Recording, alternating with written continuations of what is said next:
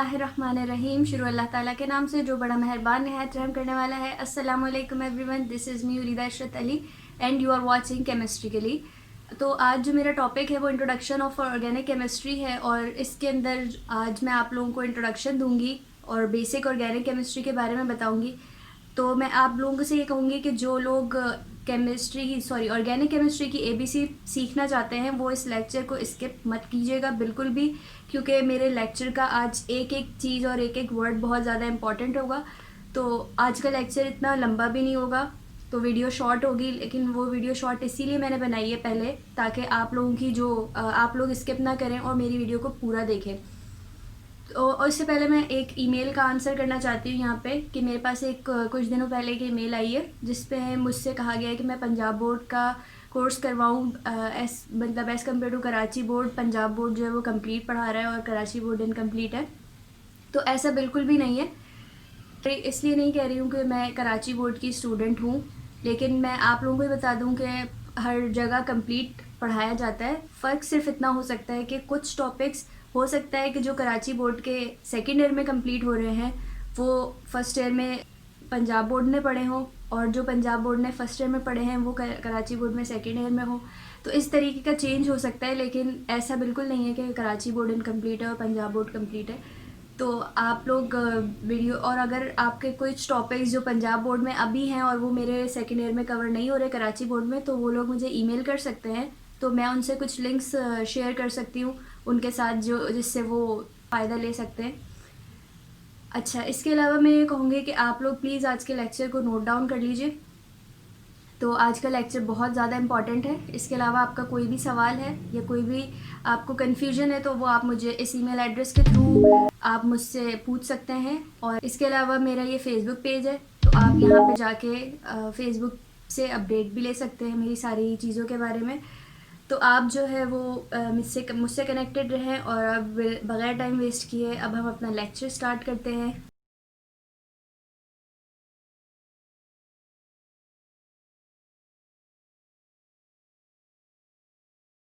जी, जैसे कि मैं अपने टॉपिक का जो इंट्रोडक्शन है वो इससे पहले भी दे चुकी हूँ, यानी कि इस वीडियो से थोड़ी देर पहले। लेकिन अब जो टॉपिक है हमारा वो है ऑर्गेनिक केमिस्ट्री।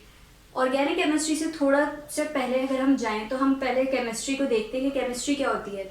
केमिस्ट्री की डेफिनेशन में क्या आता है कि किसी भी एलिमेंट या उसके कंपाउंड के स्ट्रक्चर के बारे में पढ़ना या कॉम्पोजिशन या प्रॉपर्टीज़ के बारे में पढ़ना, ये हमारे पास केमिस्ट्री की डेफिनेशन में आ जाता है। अब बात आती है कि केमिस्ट्री किन चीज़ पे या किसनी उसकी ब्रांचेज हैं। जैसे कि इस्लाम के जो अरकान इस्लाम है वो 5 होते हैं हमारे पास, लेकिन इसके अलावा भी बहुत सारी चीज़ें जो हमारे इस्लाम में शामिल होती हैं, लेकिन मेन जो चीज़ें होती हैं, मेन जो अरकान है वो 5 ही हैं।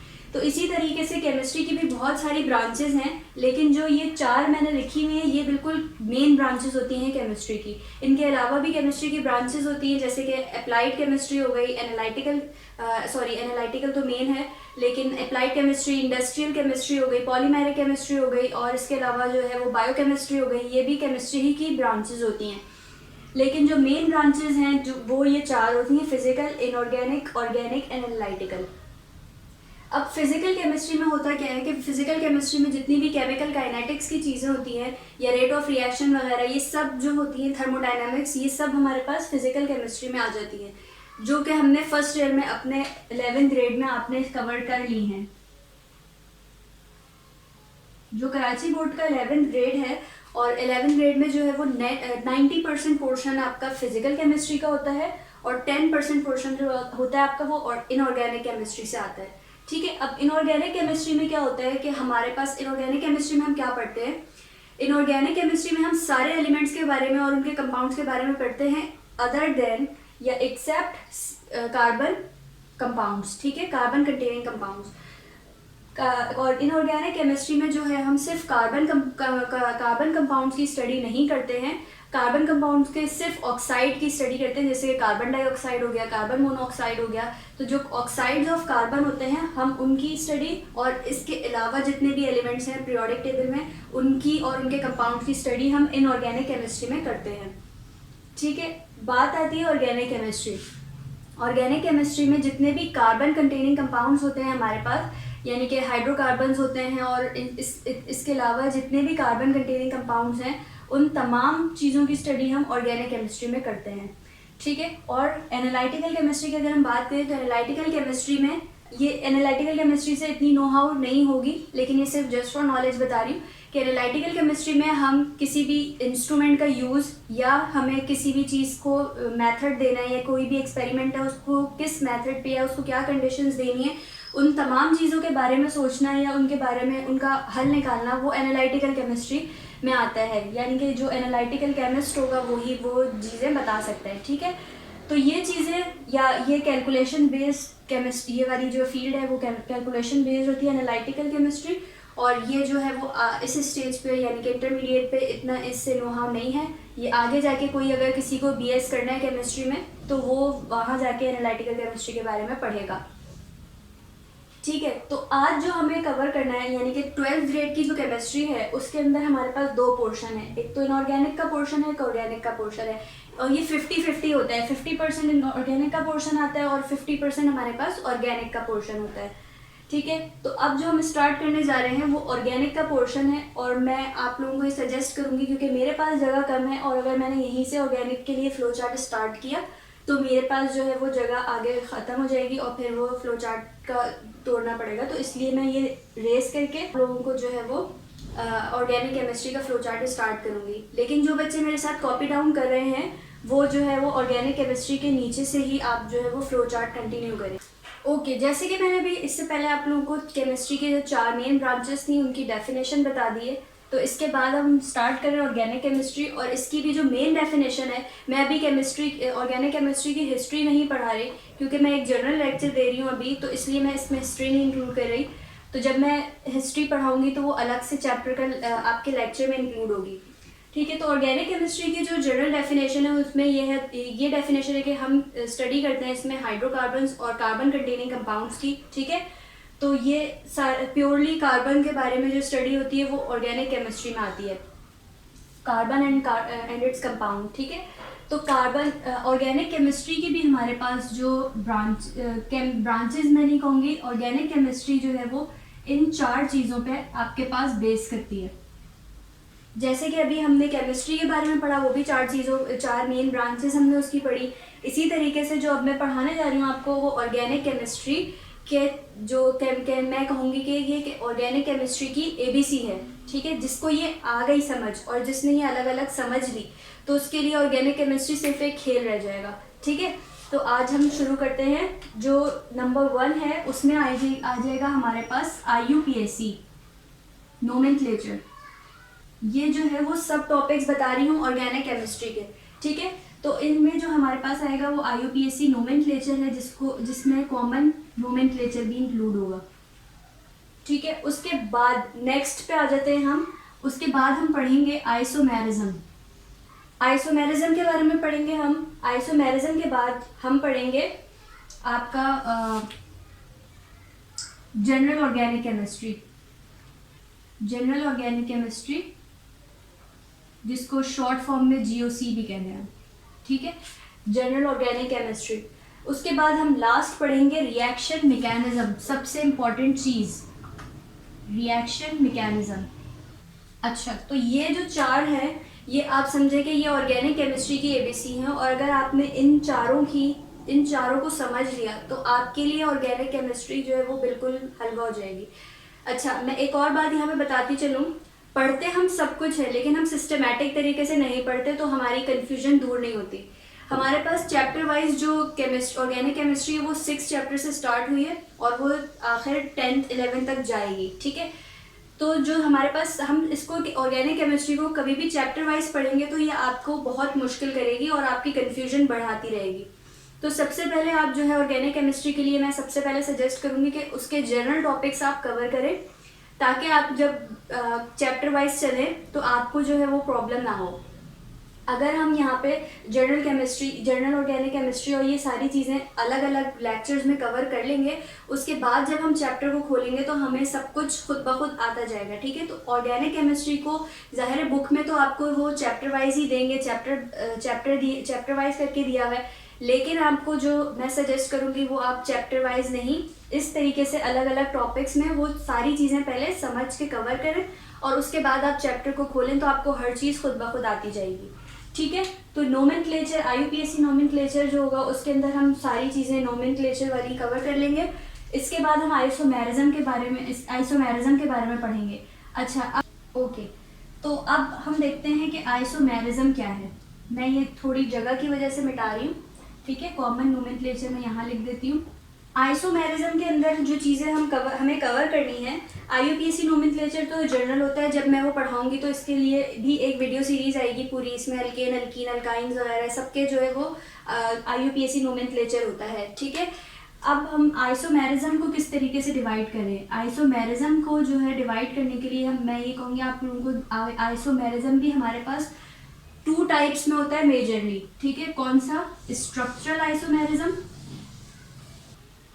और दूसरा हमारे पास होता है स्टीरियो आइसोमर्स। तो ये दो हमारे पास आइसोमेरिज्म में टाइप्स आ जाती हैं, स्ट्रक्चरल आइसोमर्स और स्टीरियो आइसोमर्स। ठीक है, स्टीरियो आइसोमर्स जो होंगे वो हम चैप्टर नंबर 10 में पढ़ेंगे, जो हमारा कार्बोहाइड्रेट्स का है। ठीक है, तो उसके अंदर हम स्टीरियो आइसोमर्स पढ़ेंगे। अभी हम जो पढ़ेंगे वो हम पढ़ेंगे चैप्टर इसमें स्ट्रक्चरल आइसोमर्स, जो कि मजीद कितनी टाइप्स के होते हैं चलिए देखते हैं। उसमें आ जाता है हमारे पास चेन आइसोमर, ये इसकी टाइप्स चल रही हैं, position isomer, functional, tautomerism, ring chain, और लास्ट में हमारे पास आ जाएगा मेटामेरिज्म। जी, तो हम स्ट्रक्चरल में ये सारी टाइप्स पढ़ेंगे, यानी कि chain isomer, position isomer, functional group isomer, tautomerism, ring chain and metamerism. ठीक है, अभी सिर्फ मैं जनरल डिस्कस कर रही हूँ, अभी डिटेल में हम नहीं जा रहे, तो ये जनरल एक लेक्चर है आपका। और स्टीरियो आइसोमर में भी हमारे पास 2 टाइप्स आ जाती हैं, कौन कौन सी? कॉन्फिगरेशनल और नंबर 2 पे आ जाती है कन्फर्मेशनल। ठीक है, ये 2 टाइप्स हम पढ़ते हैं स्टीरियो आइसोमर में, configurational and conformational.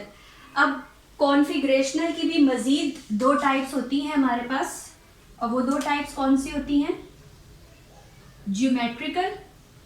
Okay, configurational में भी हमारे पास मजीद 2 टाइप्स होती हैं, ज्योमेट्रिकल, ऑप्टिकल। ठीक है, ये 2 टाइप्स कॉन्फिगरेशनल की होती हैं, और कन्फर्मेशनल होता है हमारे पास। अच्छा, तो ये जो थी ये हम चीज़ें किस में कवर करेंगे? आइसोमेरिज्म में कवर करेंगे। अब हम नेक्स्ट पे चलते हैं, जर्नल ऑर्गेनिक केमिस्ट्री में हम कौन से टॉपिक्स पढ़ते हैं। ठीक है, ये फ्लो चार्ट क्योंकि मेरे पास बोर्ड पे जगह कम है, इसकी वजह से मुझे बार बार मिटाना पड़ रहा है। अगर आप मेरे लेक्चर को कॉपी डाउन कर रहे हैं तो आप जो है वो इस पेज पे इस तरीके से उतारिए, हॉरिजॉन्टल कर लीजिए या तो पेज को, और इस तरीके से उतारिए कि आपके पास ये फ्लो चार्ट एक ही उसमें एडजस्ट हो जाए। ठीक है, आइसोमेरिज्म के बाद हम चलते हैं जनरल ऑर्गेनिक केमिस्ट्री में। हम क्या क्या टॉपिक्स कवर करेंगे? जनरल ऑर्गेनिक केमिस्ट्री में हम कवर करेंगे inductive effect, resonance structure, mesomeric effect, carbocation, free radical, carbocation, hyper conjugation. बहुत से बच्चों ने अभी केमिस्ट्री जो है वो स्टार्ट नहीं की होगी, ऑर्गेनिक केमिस्ट्री, तो उनको परेशानी हो रही होगी किस तरीके से ये और मैं क्या पढ़ा रही हूँ। लेकिन आप मेरा यकीन कीजिए कि जब आप इसको इस तरीके से केमिस्ट्री को पढ़ेंगे ना, ऑर्गेनिक केमिस्ट्री को, तो ये आपके लिए बिल्कुल हलवा हो जाएगी। और जो आप अलग अलग कॉन्सेप्ट्स इसके कवर करेंगे, तो वो जब आप चैप्टर खोलेंगे, फिर जब आप हाइड्रोकार्बन का या आप केमिस्ट्री का जो 6th चैप्टर है या 7th चैप्टर है, तो उन तमाम चैप्टर्स को की चीज़ें आपको खुद ब खुद समझ आने लगेंगी। ठीक है, तो आपको पहले ये टॉपिक्स इस तरीके से कवर करने पड़ेंगे, और फिर आपको जो है वो बुक खोल के अपना जो कोर्स है वो कवर करना है। तो ये टॉपिक्स हो सकता है कि मेरी वीडियोस डिले हो जाए, तो आपको मैं सजेस्ट करूँगी कि यूट्यूब पे जो है वो इनको अलग अलग करके आप सर्च कर सकते हैं और समझ सकते हैं। यूट्यूब पे बहुत अच्छे अच्छे चैनल्स इसके लिए मौजूद हैं। ठीक है, तो आप वहाँ पे जाके इनको पढ़ सकते हैं, क्योंकि मेरी वीडियोस अगर डिले हो जाएंगी। जर्नल ऑर्गेनिक केमिस्ट्री के बाद हम जो टॉपिक कवर करेंगे रिएक्शन मैकेनिज्म के, उसकी भी पूरी सीरीज़ है, और ये अभी कंप्लीट नहीं है। तो अभी जब मैं इस सीरीज़ को शुरू करूँगी तो हम उसमें इंशाल्लाह कंप्लीट टॉपिक्स कवर करेंगे। तो अभी मैंने सिर्फ मोटी मोटी चीज़ें लिखी हैं, यानी कि इलेक्ट्रोफाइल के बारे में, रिएक्शन मैकेनिज्म में समझेंगे, न्यूक्लियोफाइल के बारे में, और इसमें आ जाएंगे आपके पास SN1 SN2 reaction, elimination reaction है, उसमें भी हमारे पास E1 E2 रिएक्शन होते हैं, वो आ जाएंगे। फ्री रेडिकल मैकेनिज्म होगा, वो भी इसमें इंक्लूड है, सब्सटीट्यूशन रिएक्शन, इसके अलावा फ्रीडल क्राफ्ट वगैरह, और ये सारी चीज़ें वो जो आएंगी वो हमारे पास रिएक्शन मैकेनिज्म में आएंगी, जब रिएक्शन मैकेनिज्म की जो वीडियो हम स्टार्ट करेंगे उसमें। अच्छा, तो ये वाली सारी चीज़ें आपकी कवर हो गई हैं। अब मैं एक और फ्लो चार्ट बता रही हूँ, और वो फ्लो चार्ट आप अलग से ड्रॉ कर सकते हैं अपने पास। तो अभी जितनी भी चीज़ें मैंने बताई वो सब एक ही फ्लो चार्ट से रिलेटेड थी और वो एक ही फ्लो चार्ट बनना था उसका, ठीक है। तो अब हम पढ़ेंगे ऑर्गेनिक कंपाउंड्स किस किस तरीके के होते हैं, तो वो भी हम अलग से पढ़ के समझेंगे कि वो कौन कौन से टाइप्स के हो सकते हैं।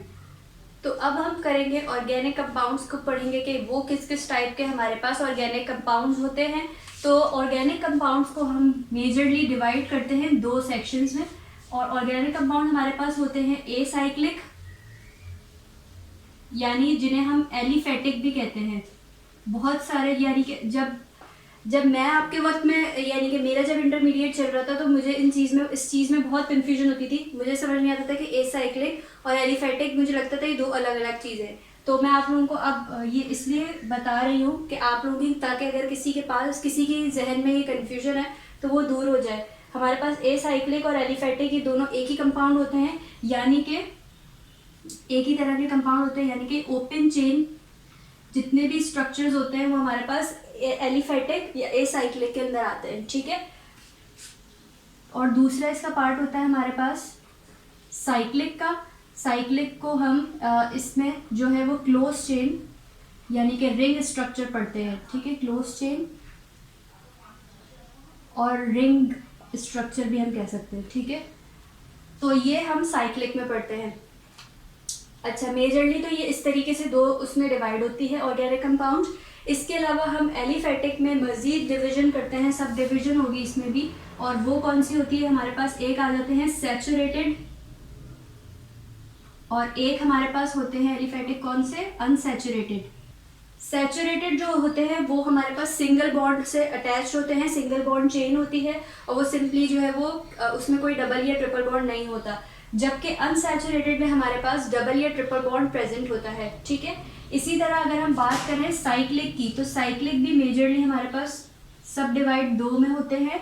और वो कौन कौन सी सब डिविजन है, कार्बोसाइक्लिक, हीट्रोसाइक्लिक। कार्बोसाइक्लिक और हीट्रोसाइक्लिक। अब हीट्रोसाइक्लिक का मतलब क्या है, हीट्रो का मतलब ही यही है कि वो डिफरेंट हो जाना किसी चीज़ का। तो अब एक रिंग है, अगर वो कार्बन रिंग होगी वो प्योरली, तो वो हमारे पास कार्बोसाइक्लिक में आएगी। लेकिन अगर वो कार्बो रिंग के अंदर एक भी कार्बन निकल के उसकी जगह कोई दूसरा एलिमेंट आ जाता है, फॉर सपोज नाइट्रोजन आ गया, ऑक्सीजन आ गया, तो अगर रिंग के अंदर कोई एक एलिमेंट भी चेंज होगा वो हमारे पास हीट्रोसाइक्लिक रिंग होगी, ठीक है। तो ये हमारे पास 2 डिवीजन है इस तरह, कार्बोसाइक्लिक एंड हीट्रोसाइक्लिक। अब कार्बोसाइक्लिक मजीद सब डिवाइड करेंगे हम। तो कार्बोसाइक्लिक हमारे पास होते हैं एलिसाइक्लिक और हमारे पास डिवाइड होते हैं एरोमेटिक। एलिसाइक्लिक और एरोमेटिक में ये डिवाइड होते हैं। एलिसाइक्लिक का मतलब ये हो गया कि सिंगल जो हमारे पास यानी कि जैसे कोई भी बॉन्ड नहीं है, सिंपल सा रिंग होता है, ठीक है। तो ये हमारे पास एलिसाइक्लिक होते हैं। लेकिन अगर हमारे पास कोई भी ऑल्टरनेट बॉन्ड प्रेजेंट है रिंग के अंदर, या हमारे पास पाई इलेक्ट्रॉन आ जाते हैं रिंग के अंदर, तो वो हमारे पास स्ट्रक्चर हो जाता है एरोमेटिक का, ठीक है। ये एरोमेटिक रिंग है, जब हमारे पास डबल बॉन्ड रिंग में प्रेजेंट हो जाता है तो ये एरोमेटिक हो जाता है, और जब तक डबल बॉन्ड नहीं है वो हमारे पास एलिसाइक्लिक कहलाते हैं। अब आई होप आप लोगों की ये बहुत ज़्यादा कन्फ्यूजन जो थी, यानी अनसैचुरेटेड का मतलब भी यही है कि डबल या ट्रिपल बॉन्ड इसमें प्रेजेंट है, और इसमें जो है वो डबल या ट्रिपल बॉन्ड प्रेजेंट नहीं होगा सैचुरेटेड में। हीट्रोसाइक्लिक का मतलब ये है कि हमारे पास एक रिंग है जो कि प्योरली कार्बन की है, लेकिन वहाँ पे एक कार्बन की जगह कोई भी और हमारे पास कोई भी एलिमेंट आ गया अदर देन कार्बन, तो वो हमारे पास हीट्रोसाइक्लिक रिंग हो जाएगी। आई होप आप लोगों को आज का लेक्चर अच्छा लगा हो और समझ भी आया हो। ये बहुत बेसिक लेक्चर मैंने दिया है ऑर्गेनिक केमिस्ट्री को स्टार्ट करने से पहले, तो इसको अच्छी तरीके से आप अपने पास नोट कर लें अगर, तो आपके लिए ऑर्गेनिक केमिस्ट्री बिल्कुल ही हलवा हो जाएगी, बहुत आसान हो जाएगी। तो आई होप आप लोगों को अच्छा लगा हो, और अगर आपको अच्छा लगा है लेक्चर तो ये अपने दोस्तों तक ज़रूर शेयर करें ताकि उनकी भी कन्फ्यूजन दूर हो सके। और अगर आपको अच्छा लगा है तो आप इस वीडियो को लाइक करें। अपना बहुत ख्याल रखें, दुआ में याद रखिएगा। नेक्स्ट वीडियो में मुलाकात होगी ऑर्गेनिक की सीरीज़ के साथ। टिल देन अल्लाह हाफ़िज़।